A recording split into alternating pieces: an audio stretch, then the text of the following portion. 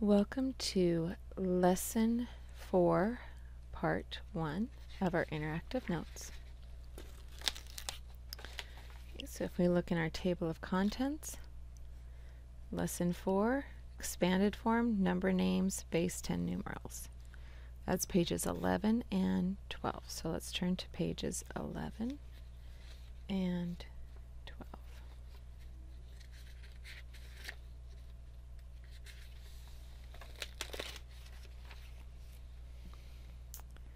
Alright, so here we have our lesson, expanded form, number names, base 10 numerals. Our content objective, 4 for 4th grade, NBT, numbers base 10, A.2. I can read and write larger whole numbers using numerals, words, and in expanded form.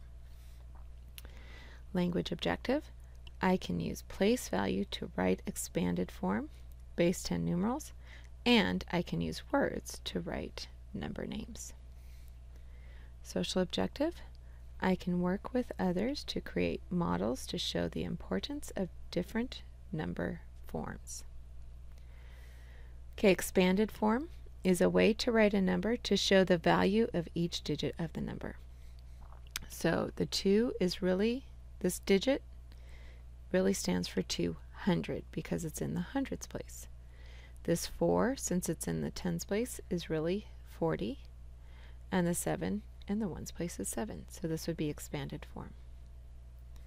Okay, number name, also called word form. So those are two different ways you may hear it, number name or word form. Writing a number using words. So we have here 3,000, so 3,468. So we read this, write it out in words as 3,468.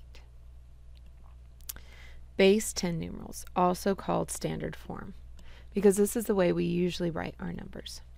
Writing a number using only digits and place value.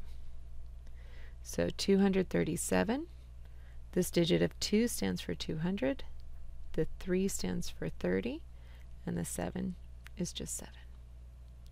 Okay, so now we're going to look at these numbers and our expanded form. So here we have a 5-digit number. Remember, digits are the numbers 0 through 9 that make up other numbers. So we have 5 different digits here. But because of where they're located in the number, they have a different value. So if we start here, we have our 5s. And next, that's not a 3, that is a 30. And next, it's not a 7, it's in the hundreds place, so it stands for 700. Okay, and then next, the 2 is 2,000. And remember, we keep the ones period separated from the thousands period with that comma. So starting from the ones, we go 1, 2, 3, comma.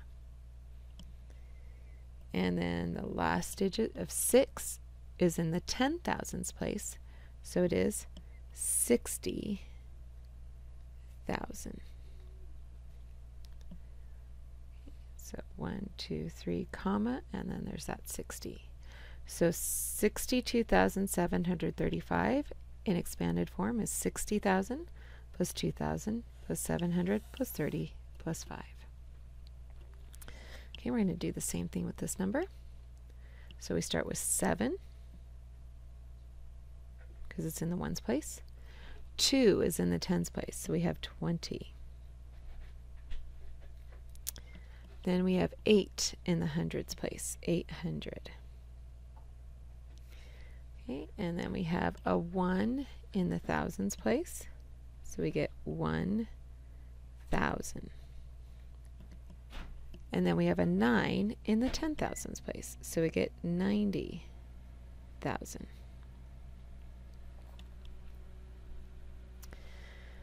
All right, here we have a chart with different number names or word form.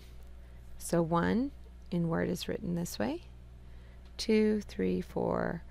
We've got our teens up to 20.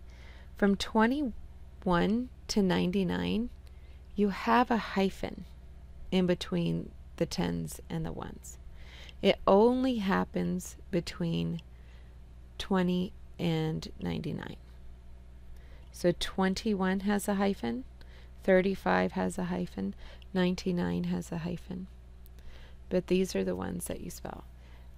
You have to be careful with numbers like 40 and 90. They tend to be spelled incorrectly, so make sure you're double checking the chart to make sure you're spelling it correctly. And remember, when the place value moves over, you have to make sure you have that with it. 200, 1,000, 20,000, 1 million, 100 million. We want to make sure we're listing all of them. Then here we have tenths. That has a th at the end. So 1/10, 5/10. Here we're in the hundredths. 1/100th, 5/100ths. 25, that hyphen comes in again, 25/100ths. So these are our number names. And one important place that we must write numbers in word form or number names is in a check. So here's an example check. You always write the date. You write the dollar amount in base 10 numerals or standard form. Okay. And here you write the name of the place that you're paying the check to, or you can write cash, but you need to have something filled in here. Here you need to match the dollar amount in words. The and is the word for decimal. And then the change we write as a fraction of a dollar. Since there's 100 cents in a dollar, we write 35 out of 100 to show that fraction. So the dollar amount is 152 with a hyphen between the 50 and the 2. And is a decimal, and then we write it as a fraction of a dollar. 100 cents is a dollar, and we have 35 out of 100. The memo here is a place where you can write the account number or a note to yourself about what you're writing the check for. It does not have to be filled in, but it's a good thing to make sure you have notes down for yourself. And then here you need to write your first and last name in cursive. That is your signature. If you were to just sign your first name, they would return the check to you because that is not a legal signature. You need to have your first and last name in cursive. That's why it's very, very important to write it. Okay, so now it's our turn to write it, and this is the information we're going to use to help us write it down. Now remember, this number right here is just the number of your check. The next one that would come in your checkbook would be 3,239 and then 3,240. This is for your keeping track of your checks. You don't write this down anywhere. It actually appears down here too, because those numbers will always match with your bank account number. Okay, so we need to fill in. Write a check to the gas company for $43.19 dated today for the account number 7156339. So our date today is 8, or whichever day you're filling it in, 2018. Who are we writing the check to? The gas company. So pay to the gas company. What is the dollar amount? $43.19. There's also already a dollar symbol here, so we don't need to put one inside.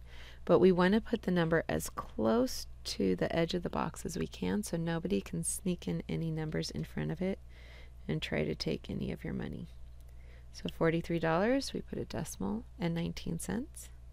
Now if they don't have any cents, if it was just a even $43, you would want to put 00 here to indicate no cents. Because if you leave it just blank behind. Numbers can be written in behind also. You need to keep that decimal there. Now we need to write it in word form. So we're writing 43 in word form. So here's 40. Then I need a hyphen and 3, because all numbers between 20 and 99 will have a hyphen in between, except for the ones that are multiples of 10. So 43. Start all the way at the edge of the line. 40, F-O-R-T-Y, hyphen, T-H-R-E-E. Now the word and for the decimal. Every time you say and in a number, it means that there's a decimal or a fraction. Now we're going to write a fraction with our change. There are 100 cents in a dollar, and here we're paying 19. Now I like to put a little squiggly line behind. You do not have to, but it just makes it so nothing can be included after the words. If with the check the numbers do not match the words, the bank will go with what the words say. So it's a way to kind of double check and make sure somebody didn't change this into a 9, you know, if it doesn't match up. Also, this is an important reason to have your numbers written carefully, because some of you don't finish your 9s and so they look like 4s, or you're not careful with your 3s and they can look like 5s. So a way that the bank can double check is by your words. You want to make sure you're spelling things correctly. Okay, our memo is a place where we can tell what we purchased, like school supplies or things like that, or we can put the account number that we're paying. So this is the account we're paying, so we can put that number here. That way we make sure that the money goes towards our account, paying our bill. And then sign, you need to write your first and last name in cursive. I like to include my middle initial, but that's for my signature.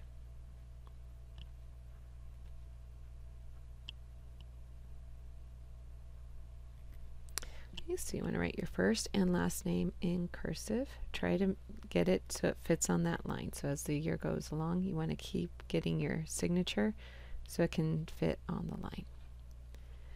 Okay, so now it's time for part 2 and our 3-column notes.